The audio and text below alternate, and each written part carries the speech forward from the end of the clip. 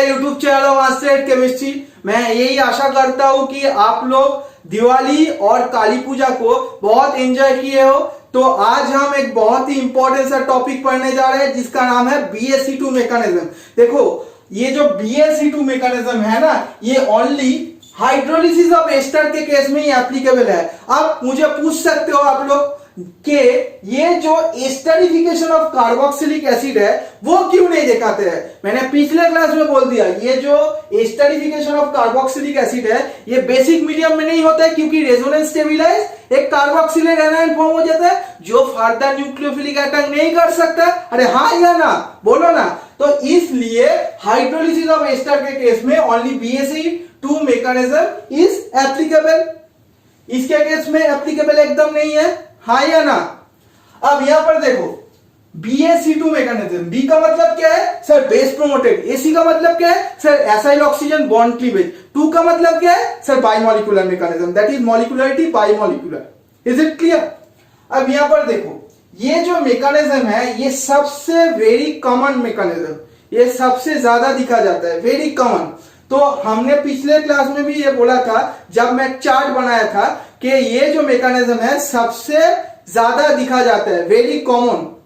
Okay, सो पहले आज हम क्या क्या पढ़ेंगे इस क्लास में वो मैं डिस्कस कर लेता हूं। आज हम इसका मैकेनिज्म देखेंगे, इसके साथ ये जो मैकेनिज्म एसाइल ऑक्सीजन क्लीवेज के थ्रू गया कि नहीं, इसलिए हमको क्या जानना पड़ेगा, इसका evidence, that is proof. Is it clear. आज के टाइम में प्रूफ नेसेसरी होता है, without proof anything you can not tell. Similarly ये जो मैकेनिज्म एसाइल ऑक्सीजन बॉन्ड के क्लीवेज के थ्रू गया है उसके लिए भी प्रूफ जानना पड़ेगा, उसके लिए भी एविडेंस जानना पड़ेगा। अब लास्ट में और एक पॉइंट पढ़ेंगे, that is effect of substituent on the rate of hydrolysis. अगर हम सब्स्टिट्यूएंट को चेंज करें तो हाइड्रोलिसिस में कोई इफेक्ट आएगा कि नहीं।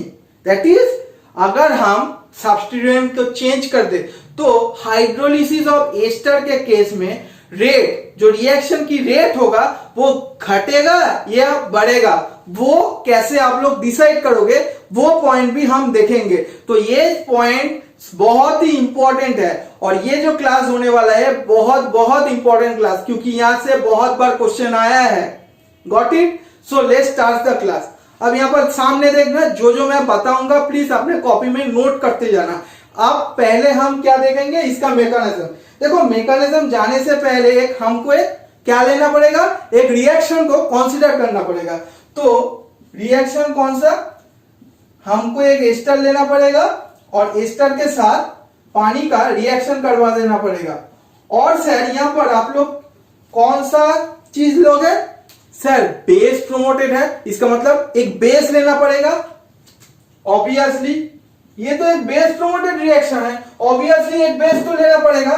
तो यहां पर हम क्या जनरेट करते हैं, यहां पर हम ये दिखा गया है कि एक सॉल्ट बनता है, कार्बोक्सिलेट सॉल्ट, और उसके साथ यहां पर R-OH, दैट इज अल्कोहल।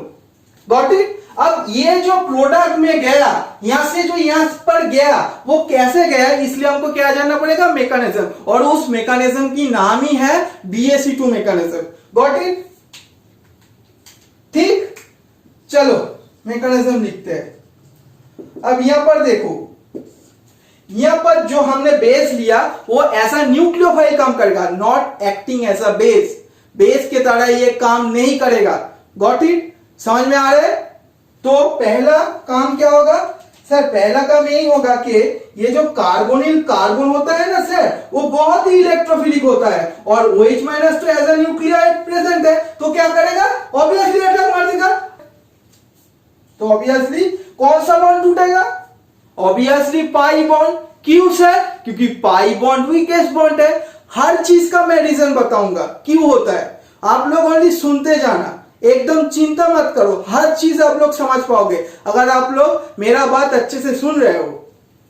तो सर इसका पाई बॉन्ड टूटा, और ये जो स्टेप होता है ना सर, ये बहुत ही slowest step, that is RDS step भी आप बोल सकते हो, और रेट लिमिटिंग स्टेप। तो सर क्या होगा, यहां पर सर पाई बॉन्ड टूटेगा और यहां पर एक न्यू सिग्मा बॉन्ड की फॉर्मेशन होगा। ये जो नया सिग्मा बॉन्ड। अब सर यहां पर क्या होता है, ये जो मॉलिक्यूल है इसका नाम है एक टेट्राहेड्रल इंटरमीडिएट। टेट्राहेड्रल इंटरमीडिएट आपका एक बहुत ही इंपॉर्टेंट ऑब्जर्वेशन अब आएगा। देखो ये जो कार्बन है ना, ये sp2 था, पर यहां पर कितना हो गया, sp3 हो गया। तो sp2 से sp3 में चला गया कार्बन की हाइब्रिडाइजेशन। अगर मैं बोलूं अब क्या होता है नेक्स्ट स्टेप में, सर यहां पर तो ऑक्सीजन के ऊपर इलेक्ट्रॉन डेंसिटी शिफ्ट हो गया, इसलिए नेगेटिव चार्ज आ गया। हाँ एकदम सही। अब क्या होगा, ये O- पुश बैक करेगा, अब ये बॉन्ड टूट जाएगा। ये कौन सी क्लीवेज, बोलो ये कौन सा क्लीवेज होता है सर? अगर ये O- पुश बैक करेगा, ये तो फिर से एसाइल ग्रुप में कन्वर्ट हो जाएगा, और एसाइल की बगल वाला में एक क्या प्रेजेंट है, ऑक्सीजन प्रेजेंट है। तो यहां पर सर कौन सा क्लीवेज होगा, एसाइल ऑक्सीजन क्लीवेज ही होगा, क्योंकि एसाइल भी प्रेजेंट है, ऑक्सीजन भी प्रेजेंट है, तो बीच में जो क्लीवेज होगा वो एसाइल ऑक्सीजन क्लीवेज ही होता है। तो ये जो प्रोसेस है ये बहुत ही फास्ट होता है, और हम लोग क्या, हमको क्या मिलेगा, RC डबल बॉन्ड तो OH, और उसके साथ से R ऑक्सीजन के ऊपर नेगेटिव, और यहाँ पर R के ऊपर एक डैश होगा। अब क्या होगा, फिर से ये जो O- है ना, ये इस हाइड्रोजन को ले लेगा, यहाँ पर डबल बॉन्ड की नया फॉर्मेशन होगा, और ऑक्सीजन के ऊपर इलेक्ट्रॉन डेंसिटी शिफ्ट हो जाएगा। तो अल्टीमेटली सर ये मॉलिक्यूल की फॉर्मेशन होगा। RC डबल बॉन्ड O नहीं रहेगा सर, डबल बॉन्ड O नहीं रहेगा, यहाँ पर तो सिंगल बॉन्ड हो गया। आप लोग क्या कर रहे हो, यहाँ पर डबल बॉन्ड यहाँ पर आएगा, और उसके साथ R-OH। हाँ हमने ये तो जनरेट कर दिया, तो यही मैकेनिज्म होगा। Got it. और ये जो स्टेप है इसका नाम है प्रोटॉन ट्रांसफर। Proton transfer. अब एक क्वेश्चन मुझे पूछ सकते हो, सर ये टेट्राहेड्रल इंटरमीडिएट क्यों टूट गया? क्योंकि ये अनस्टेबल है। कोई भी अनस्टेबल चीज है तो टूटता है। सिमिलरली यहां पर जो टेट्राहेड्रल इंटरमीडिएट है वो भी टूट गया। इसको पहले अच्छे से स्क्रीनशॉट ले लो इसका। और एक चीज यहां पर, ये जो प्रोटॉन ट्रांसफर की जो स्टेप है ना, ये भी बहुत ही जल्दी हो जाता है। Got it. अब यहां पर और एक चीज देखो, ये जो रेट ऑफ द रिएक्शन है कितना ऑर्डर शो करेगा, ये totally dependent upon rate of the reaction r will be equal to rate constant of, ये जो सर ए स्टार की कॉन्सेंट्रेशन और ये बेस की कॉन्सेंट्रेशन के ऊपर डिपेंडेंट है। ए स्टार की कॉन्सेंट्रेशन और बेस की कॉन्सेंट्रेशन। इसका मतलब सर ये सेकेंड ऑर्डर रिएक्शन। हाँ एकदम सही। Kinetic studies also prove that this is a second order reaction. Second order reaction. Clear हो गया। अब मैं इसको रैप कर रहा हूं, इसको मैं रैप कर रहा हूं।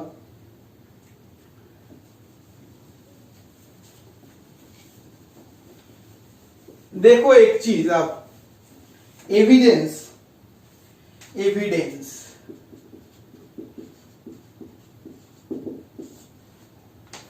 प्लीज ये चीज को अच्छे से समझना। एविडेंस बहुत ही इंपॉर्टेंट चीज है। तो एविडेंस की अगर मैं बात बताऊं, एविडेंस ये जो रिएक्शन एसाइल ऑक्सीजन बॉन्ड की क्लीवेज के थ्रू गया वो हुआ कि नहीं, इसलिए हमको क्या करना पड़ेगा, इसका एविडेंस जानना पड़ेगा। और एविडेंस कौन सा यहां पर जनरली दिखा जाता है कि ये जो reaction acyl oxygen bond cleavage के थ्रू गया कि नहीं, इसलिए हमको आइसोटोप लेवलिंग एक्सपेरिमेंट करना पड़ता है, और स्टीरियोकेमिकल एविडेंस भी आप देख सकते हो। तो पहले हम क्या पढ़ेंगे, आइसोटोप लेवलिंग एक्सपेरिमेंट। तो लिखो पहला heading isotope, isotope labelling experiment. हम लोग ये प्रूफ कर देंगे कि ये reaction acyl oxygen bond cleavage के थ्रू गया, इसलिए हमको आइसोटोप लेवलिंग एक्सपेरिमेंट करना पड़ेगा। यहां पर हम किसको आइसोटोप लेवल कर देंगे, ऑक्सीजन को। जो ए स्टार पार्ट में, जो ए स्टार पार्ट में ऑक्सीजन रहेगा उसको हम लेवल कर देंगे। हाँ या ना, समझ में आया कि नहीं, बोलो ना। ये जो ए स्टार वाला ऑक्सीजन होगा उसको हम O18 से मार्क कर देंगे। अब एक एग्जांपल देखो, एक एग्जांपल को देखो, let us take this example CH3 CH2 C double bond O, उसके साथ O, यहां पर इस ऑक्सीजन को मैंने लेबल कर दिया क्योंकि ये एस्टर की ऑक्सीजन है। हाँ सर, एकदम सही किया आपने, जो बोला वो ही आपने किया। अब इसके साथ अगर हम इसका एल्कालाइन हाइड्रोलिसिस कर दे, दैट इज OH माइनस और H2O के साथ रिएक्शन करवा दे, तो क्या प्रोडक्ट यहां पर फॉर्म होगा? यहां पर जो प्रोडक्ट फॉर्म होता है वो CH3 CH2 C double bond O minus और Na प्लस, और उसके साथ साथ है और एल्कोहल पार्ट भी जनरेट होगा, और एल्कोहल पार्ट कौन सा होगा? CH3 CH2 O, यहां पर 18 और यहां पर हाइड्रोजन। ये प्रोडक्ट दिखा गया है, इसका मतलब ये एसाइल ऑक्सीजन बॉन्ड क्लीवेज के थ्रू ही गया। क्यों? क्योंकि अब हम इसका मैकेनिज्म देखेंगे। मैं इसको रब कर रहा हूं आप, तो साइंटिस्ट ने क्या किया था? साइंटिस्ट ने यही किया था, जो एस्टर वाला ऑक्सीजन है उसको लेबल कर दिया था। अब उसके साथ जब वो एल्कालाइन हाइड्रोलिसिस किया, that is base promoted reaction कर दिया, तब क्या हुआ? ये प्रोडक्ट दिखा गया है, that is O minus Na plus. और ये तो एसाइल ऑक्सीजन बॉन्ड क्लीवेज के थ्रू गया कि नहीं, वो अब मैं प्रूव करूंगा। देखो OH माइनस क्या करेगा? अगर मैं मैकेनिज्म की बात बताऊं, इसका पाई स्टार में इलेक्ट्रॉन डोनेट करेगा, इसलिए पाई बॉन्ड टूटेगा, तो अल्टीमेटली ये मॉलिक्यूल की फॉर्मेशन होगा CH3 CH2 CO माइनस, उसके साथ OH, उसके साथ O18 लेवल CH2 CH3 अब क्या होता है? O माइनस पुश में ये बाहर जाता है, तो अल्टीमेटली हम क्या फॉर्म करेंगे सर? सर एसिड फॉर्म कर देंगे। एकदम सही, एकदम सही बोला आपने। अब उसके साथ क्या बाहर गया? CH3 CH2 O18 और उसके ऊपर नेगेटिव चार्ज। अब फिर से क्या होता है? यहां से proton transfer. Sir proton transfer हो जाता है, तो प्रोटॉन ट्रांसफर होने के बाद कौन सा मॉलिक्यूल में चला जाएगा? ये दो मॉलिक्यूल में ही चला जाएगा। इसका मतलब obviously acyl oxygen bond cleavage हुआ, इसलिए ये फॉर्म हुआ। तो ये प्रूव हो गया। प्रूव हो गया कि नहीं? बोलो, प्रूव तो हो गया, क्योंकि अगर एसाइल ऑक्सीजन बॉन्ड नहीं क्लीवेज होता तो ये प्रोडक्ट नहीं मिलता हमको। अब अगर जो स्टूडेंट यूनिवर्सिटी के पॉइंट ऑफ व्यू से आप लोग इसको लिखना चाहते हो एग्जाम में, ये चीज लिखो जो मैं बोल रहा हूं। ओके, लिखो the acyl oxygen bond cleavage. अपने कॉपी में जरूर लिखो, नहीं तो एग्जाम में जाके आप क्या क्या लिख के आओगे, आप ही खुद नहीं समझ पाओगे। Is it clear? इसलिए लिख लो, ये चीज लिख लो, एकदम 100% आप लोग सही करके आओगे जो मैं लिखा रहा हूं। The acyl oxygen bond cleavage has been taken place and it can be proved via O18 leveling experiment। अब यहां पर ये जो मॉलिक्यूल है इसका नाम है इथाइल प्रोपानोएट, और यहां पर जो प्रोडक्ट फॉर्म हुआ इसका नाम है सोडियम प्रोपानोएट। ओके, तो ये लिखो when ethyl propanoate labeled with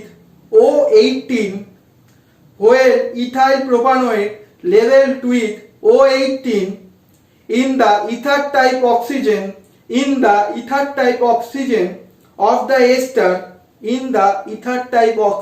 of the ester is subjected to hydrolysis with aqueous NOH, comma, all the O18 shows up in ethanol that is formed. None of the full stop देके लिखो, none of the O18 appears in the propanoate ion. None of the O18 appears in the propanoate ion. None of the O18 appears in the propanoate ion। समझ में आया? जो मैंने बोला वो आपको लिखना पड़ेगा और उसके बाद ये रिएक्शन दिखा दोगे तो आपको फुल मार्क्स मिल जाएगा। Got it? तो ये पहला हमने एविडेंस जान लिया, एविडेंस जान लिया। चलो अब एविडेंस नंबर 2 को जानते हैं। सो मैं इसको रैप कर रहा हूं। मैं जो बोला वो आपको अगर यूनिवर्सिटी लेवल एग्जाम में आया तो ये पॉइंट आपको लिखना पड़ेगा, तभी आपको फुल मार्क्स मिलेगा। Got it? समझ में आया? अब देखो ये जो एविडेंस हमने देख लिया वो हमने क्या देखा? Isotope labelling experiment. अब हम क्या देखेंगे? Stereochemical evidence. हेडिंग डालो स्टीरियोकेमिकल एविडेंस, स्टीरियोकेमिकल एविडेंस। इसको भी मैं जो बोलूंगा आपको लिखना पड़ेगा, तभी आपको फुल मार्क्स मिलेगा। अगर हमने एक एस्टर लिया, let us take this example, ये एक जनरल सा एग्जांपल है, O8 ये हमने एस्टर लिया और ये जो 8 है ये काइरल ग्रुप है, काइरल ग्रुप है और इसका हमने एक एनांशियोमेरिक फॉर्म लिया और इसका एक ऑप्टिकल प्योर फॉर्म लिया। Got it? तो इसके साथ जब हम हाइड्रोलिसिस कराएंगे तो यही दिखा गया है कि जनरली आप लोग अभी तक क्या देखे थे?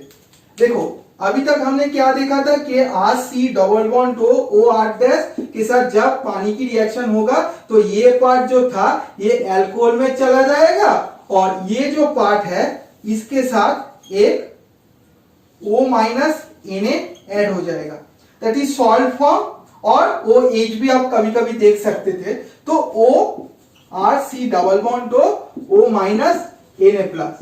तो हमने ये जो एस्टर है इसका एक ऑप्टिकली प्योर फॉर्म लिया। अब इसके साथ जब हम पानी की रिएक्शन करवा देंगे तो यहां पर क्या फॉर्म होगा? ये अल्कोहल फॉर्म तो रहेगा ऑब्वियसली, ये 8OH।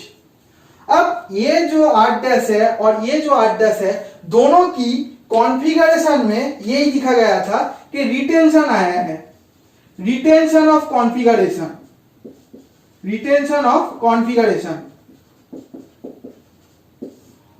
और रिटेंशन ऑफ कॉन्फ़िगरेशन हुआ, इसका मतलब ये जो रिएक्शन है ये एसाइल ऑक्सीजन बॉन्ड क्लीवेज के थ्रू गया, एसाइल ऑक्सीजन बॉन्ड क्लीवेज के थ्रू गया। मैं गारंटी के साथ बोल रहा हूं ये चीज 99% स्टूडेंट नहीं समझ में आया इसका चीज। देखो अब यहां पर देखो, सामने देखना, हर एक चीज समझ जाओगे। अगर ये मॉलिक्यूल की ये बॉन्ड नहीं टूटा होगा, अगर ये मॉलिक्यूल की ये बॉन्ड अगर टूटा होगा तो ये अल्कोहल फॉर्म होगा। अगर ये बॉन्ड नहीं टूटा होगा, अगर मान लो कि ये बॉन्ड टूटा होगा, समझ में आ रहा है? अगर हम इस बॉन्ड को टूट रहे इसका मतलब से R' बन जाएगा एक, हाँ ऑब्वियसली। और रिएक्शन मीडियम में देखो मैंने यहां पर एक चीज बोलना भूल गया, ये तो एल्कालाइन हाइड्रोलिसिस ऑब्वियसली OH- और पानी रहेगा। अब यहां पर तो OH- क्या करेगा? अब OH- क्या कर सकते हैं? यहां से भी अटैक कर सकते हैं, यहां से भी अटैक कर सकते हैं। तो SN1 more specific SN1 type mechanism show करेगा। तो यहां पर प्रोडक्ट क्या बन सकता था? रेसिमाइजेशन।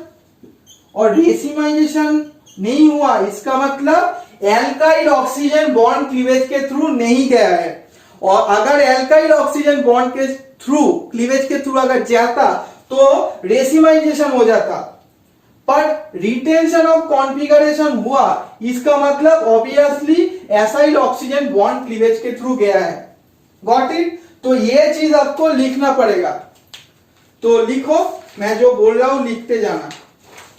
लिखो esters with chiral R' group on hydrolysis, esters with chiral R' group on hydrolysis produces esters with chiral R' group on hydrolysis produces alcohol with retention of configuration. With retention of configuration. These observation supports that acyl oxygen bond cleavage.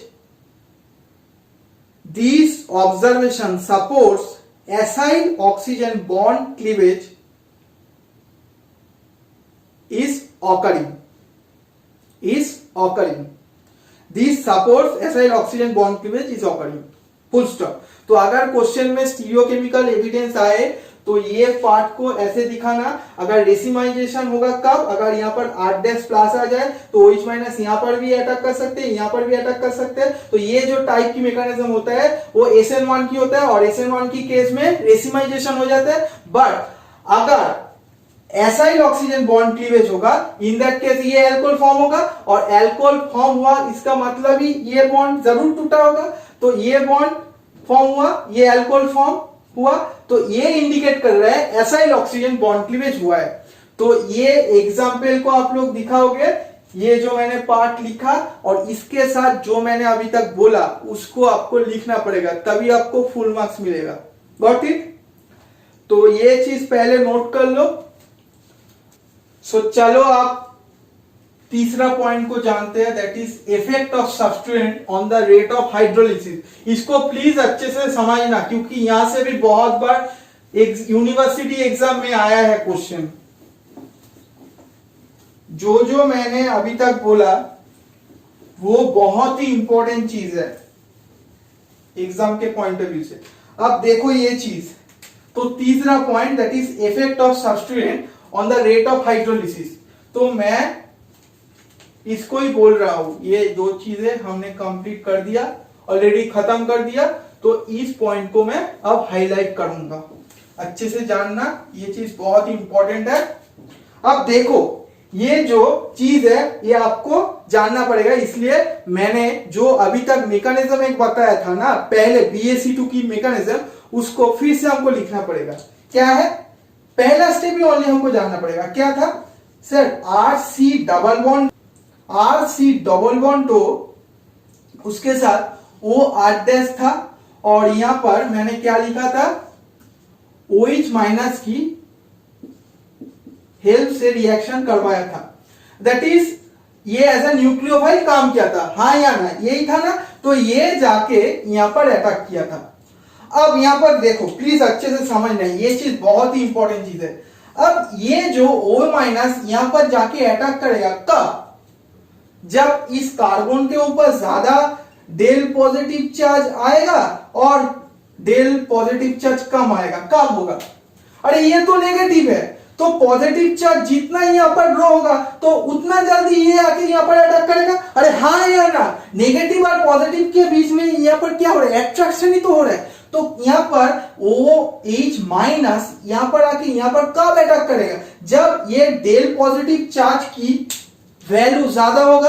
अगर del positive charge ज्यादा होगा तो ये जाके जल्दी से attack कर देगा. अगर डेल पॉजिटिव चार्ज कम होगा वो बहुत ही कम स्लोली आके यहां पर अटैक करेगा. इलेक्ट्रोफाइल न्यूक्लियोफाइल की ये खेल है. तो इलेक्ट्रोफिलिसिटी जितना ज्यादा होगा न्यूक्लियोफाइल उतना जल्दी आके अटैक करेगा. और अगर यहां पर इलेक्ट्रोफिलिसिटी कम हो गया तो न्यूक्लियोफाइल बहुत ही कम, माने ये बोल सकते हो ये जो रेट होगा, ये जो यहां पर आके अटैक करेगा ये बहुत ही स्लोली होगा. क्यों? क्योंकि यहां पर डेल पॉजिटिव चार्ज कम है. Got it? तो यहां पर देखो, अब ये डेल पॉजिटिव चार्ज को आप इनहेंस कैसे कर सकते हो? अगर R' और R अगर इलेक्ट्रॉन विथड्रॉइंग ग्रुप हम ले ले, इन दैट केस हम इसका डेल पॉजिटिव चार्ज को एनहांस कर सकते हैं. अगर यहां पर एक इलेक्ट्रॉन विथड्रॉइंग ग्रुप हम डाल ले तो लेट अस टेक ये मॉलिक्यूल हम ले ले NO2, सॉरी यहां पर Cl CH2 उसके साथ C double bond O CH3. अब यहां पर अगर आप लोग देख रहे हो Cl क्या करेगा? माइनस आई खींचेगा अपने तरफ इलेक्ट्रॉन डेंसिटी. तो इस कार्बोनिल कार्बन की इलेक्ट्रोफिलिसिटी ज्यादा हो जाएगा और अगर ज्यादा हो जाए तो न्यूक्लियोफाइल बहुत ही जल्दी यहां पर अटैक करेगा. बहुत ही जल्दी अटैक करेगा। इसका मतलब रिएक्टिविटी इसका हाई हो गया, इसलिए जल्दी से अटैक करेगा, और जितना जल्दी से अटैक करेगा उतना फास्ट प्रोडक्ट मिल जाएगा। इसका मतलब रेट भी ज्यादा हो जाएगा। अरे समझ में आया? तो इसका मतलब से अगर इलेक्ट्रॉन विथड्रॉइंग ग्रुप हम यहाँ पर कोई भी ले रहे हैं, इन दैट केस बहुत ही जल्दी यहाँ पर डेल पॉजिटिव चार्ज की ग्रो हो जाएगा, बहुत ही जल्दी जनरेशन हो जाएगा, उतना जल्दी न्यूक्लियोफाइल आके अटैक करेगा और बहुत ही जल्दी प्रोडक्ट फॉर्म हो जाएगा। दैट इज रेट भी ज्यादा हो जाएगा। अगर रिएक्टिविटी ज्यादा हो जाए तो रेट बहुत जल्दी प्रोडक्ट में जाएगा। समझ में आ रहा है? अब इस कॉन्सेप्ट को देख के 2-3 मैं क्वेश्चन कर रहा हूं, तो आप लोग बोलो। क्वेश्चन यही है, रेट ऑफ हाइड्रोलिसिस को आपको बताना पड़ेगा। रेट ऑफ हाइड्रोलिसिस, पहला क्वेश्चन है MEC डबल बॉन्ड OCH3, उसके साथ सेकेंड ऑप्शन है Cl CH2 C double bond OCH3, और तीसरा है Cl CH, यहां पर भी Cl, यहां पर C डबल बॉन्ड OMe। तो इनमें से किसका रेट ज्यादा होगा? आप ही बोलो, किसका रेट ज्यादा होगा? ABC। आप लोग बोलो, मैं 10 सेकेंड दे रहा हूं आपके लिए। 1 2 3 4 5 6 7 8 9 10। सर इसका ज्यादा होना चाहिए, क्यों? अरे क्यों? आंसर दो मुझे। क्योंकि सर यहाँ पर 2 माइनस है इफेक्ट शोइंग ग्रुप प्रेजेंट है, तो ये बहुत खींचेगा, ये तो खींचेगा, ये Cl तो खींचेगा, इसके साथ साथ ये Cl भी खींचेगा, इलेक्ट्रॉन डेंसिटी अपने तरफ खींचेगा, तो इस कार्बोनिल कार्बन पे डेल पॉजिटिव चार्ज ज्यादा हो जाएगा, तो रिएक्टिविटी सबसे ज्यादा होगा, तो OH माइनस बहुत ही जल्दी अटैक करेगा, और ये जो रेट भी होगा ये बहुत ही जल्दी प्रोडक्ट में चला जाएगा, इसका रेट भी सबसे फास्टेस्ट हो जाएगा। पर सर यहाँ पे ये मीडियम होगा। अगर मैं बोलूं इसके रेस्पेक्ट में इसका सबसे स्लोअर रिएक्शन होगा। क्यों? क्योंकि यहाँ पर डेल पॉजिटिव चार्ज ग्रो ही होने नहीं दे रहा है। यहाँ पर डेल पॉजिटिव चार्ज ग्रो ही होने नहीं दे रहा है। क्यों? क्योंकि मिथाइल एक प्लासाइड एफेक्ट शोइंग ग्रुप है, तो इलेक्ट्रॉन डेंसिटी ये डालेगा, तो इस कार्बोनिल कार्बन पे जो डेल पॉजिटिव चार्ज है उसको भी ये सप्रेस कर देगा, कम कर देगा, इसलिए इसका रेट भी स्लोअर रेट हो जाता है। उसके बाद अगर रेट ज्यादा होगा तो इसका होगा। Got it? और एक्सपेरिमेंटल फैक्ट की अगर मैं बात बताऊं, इसका रिलेटिव रेट की अगर मैं वैल्यू बताऊं, तो रिलेटिव रेट इसका वैल्यू आता है लगभग 1.00, इसका आता है 761, और इसका आता है, देखो कितना बढ़ गया, देखो 18000। Got it? तो और 2 क्वेश्चन हम लोग कर लेते हैं, तो आप देखो, और एक क्वेश्चन बुक का सवाल है।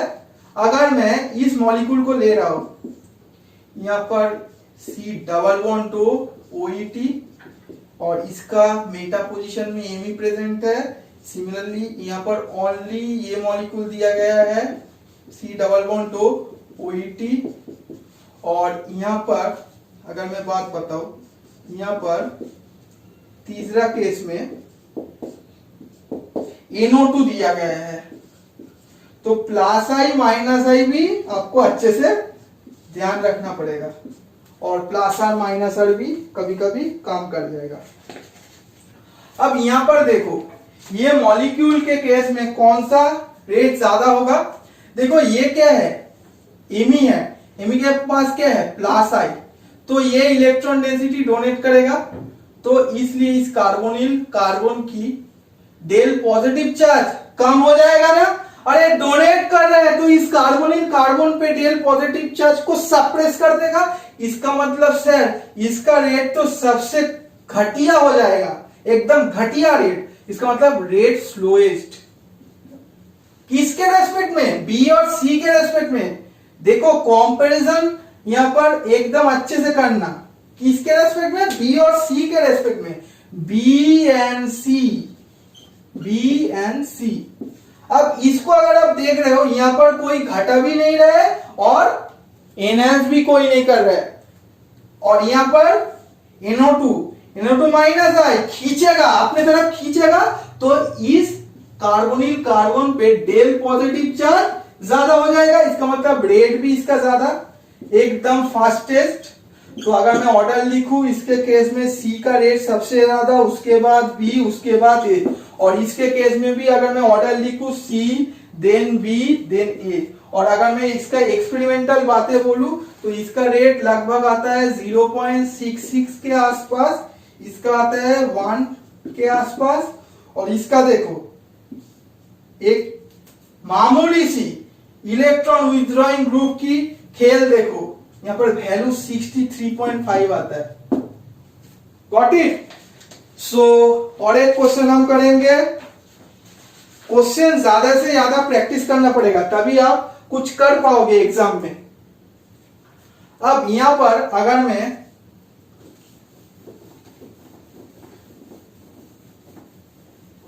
ये क्वेश्चन दो, ये क्वेश्चन बहुत ही इंपॉर्टेंट क्वेश्चन है, ऑलरेडी कैलकाटा यूनिवर्सिटी में ऑलरेडी आ चुका है 2012 में।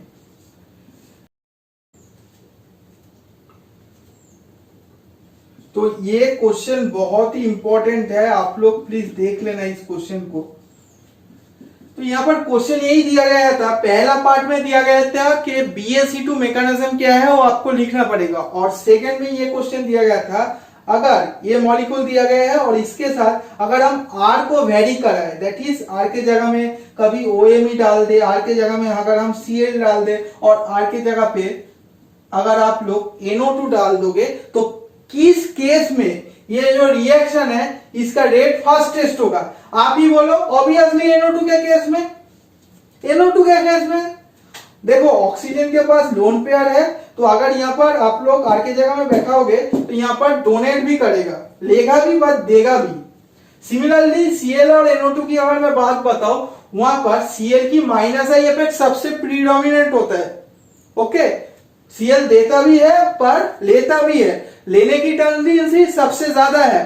पर आप लोग ये भी जानते हो कि NO2 की अगर जब जब बात आएगा, ये सबसे ज्यादा इलेक्ट्रॉन विथड्रॉइंग ग्रुप है, बहुत खींचेगा, तो इसलिए इस कार्बोनिल कार्बन पे इलेक्ट्रोफिलिसिटी ज्यादा होगा, तो H- बहुत जल्दी अटैक करेगा, तो रेट भी फास्टर होगा। तो रेट अगर मैं बोलूं फास्टेस्ट कब होगा, रेट फास्टेस्ट कब होगा? जब R इक्वल्स टू NO2 होगा। और रेट अगर मैं बोलूं एकदम स्लो किसके केस में होगा?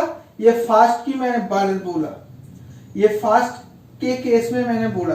और अगर जब आप OMe डालोगे, इन दैट केस स्लोएस्ट होगा। किसके रेस्पेक्ट में? विद रेस्पेक्ट टू, इस बातें को लिखना, with respect to Cl and NO2।